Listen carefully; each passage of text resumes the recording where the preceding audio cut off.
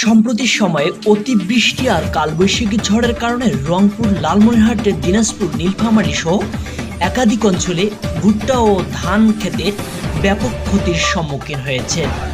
বিশেষ করে তিস্তা নদীর তীরবর্তী অঞ্চলের কৃষকদের অধিক পরিমাণে ক্ষতির সম্মুখীন হয়েছেন।